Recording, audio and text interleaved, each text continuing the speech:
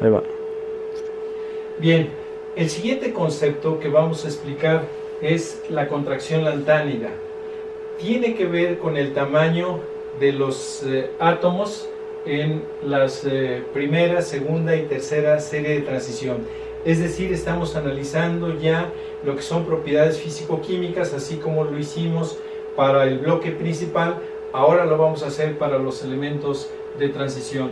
Y tiene que ver con el radio atómico de ellos. En la siguiente lámina recordamos nosotros que el factor que inicia el análisis de propiedades físico-químicas es la carga nuclear efectiva.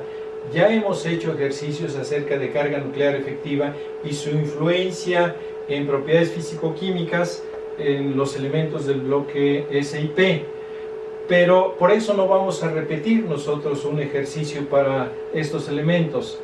En la siguiente lámina vamos a ver nosotros ya el tamaño directamente de los átomos en la primera, segunda y tercera serie de transición.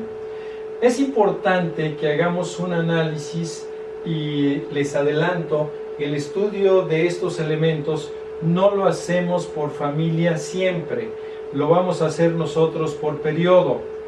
Cuando revisamos el tamaño, nos damos cuenta que estos elementos, el tamaño reportado, va a tener una disminución como nosotros esperaríamos en términos generales. Después podemos explicar por qué aumenta al final, pero la disminución de tamaño se da porque la carga nuclear efectiva, al ir aumentando el número atómico, el número de protones y de electrones va aumentando, pero obviamente a mayor carga nuclear efectiva, mayor atracción de densidad electrónica externa y mayor contracción.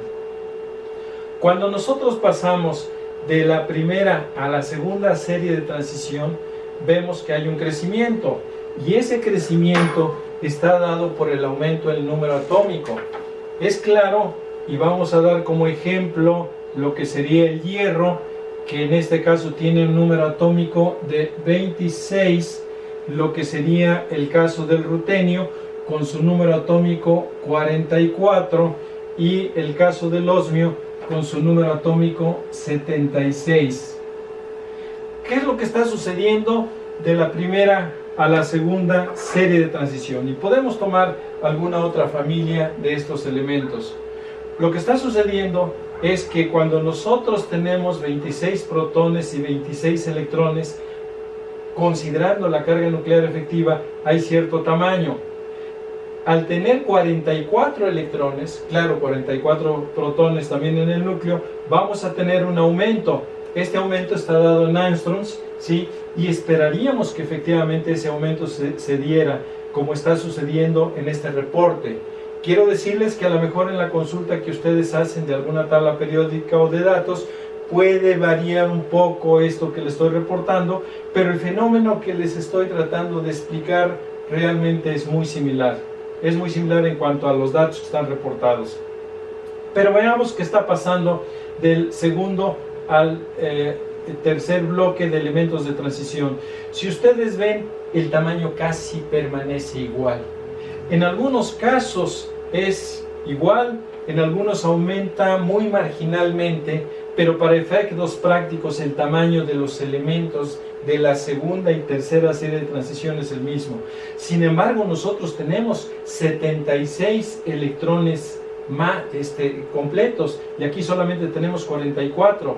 Para acomodar 76 electrones necesitaríamos más orbitales, como efectivamente se da.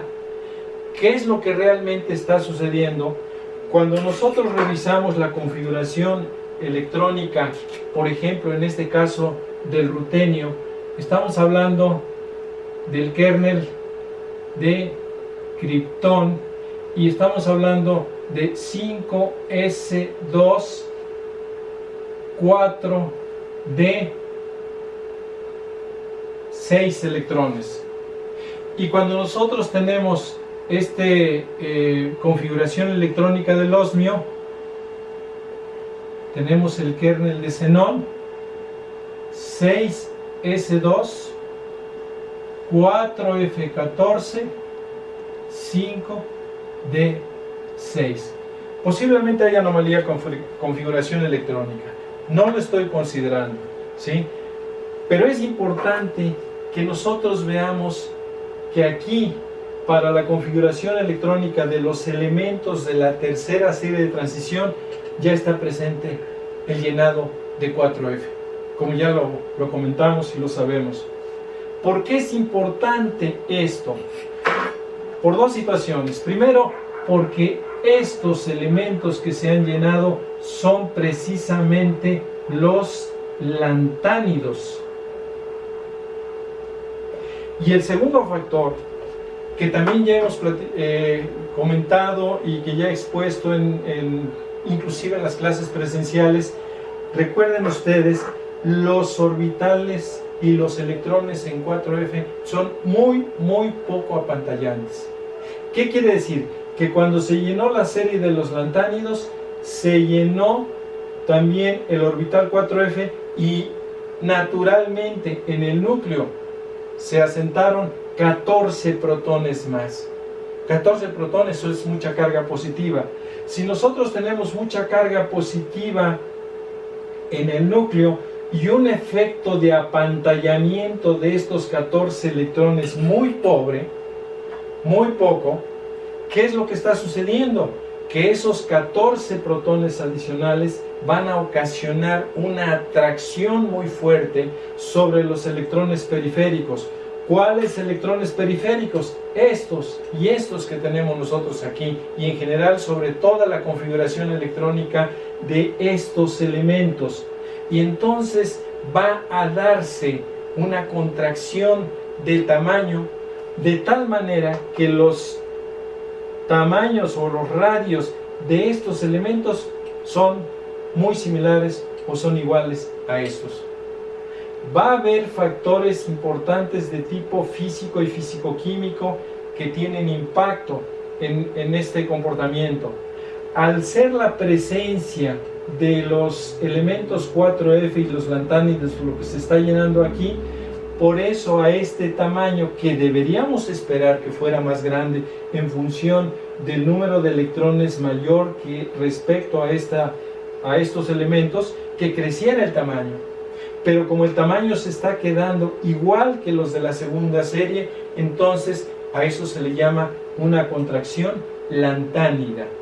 Seguramente van a encontrar también ustedes la referencia de que algunos autores llaman la contracción lantánida a lo que es una disminución natural de lo que sería el tamaño de los elementos en los lantánidos. Nosotros podemos ver en la siguiente transparencia lo que es un tamaño. Bueno, espero que no nos moleste mucho estas letras porque tengo que regresar a esta lámina, pero efectivamente el tamaño de los lantánidos va a disminuir gradualmente, como sucede también en lo que es elementos del bloque S y P, como sucede en los elementos de la primera, segunda y tercera serie de transición.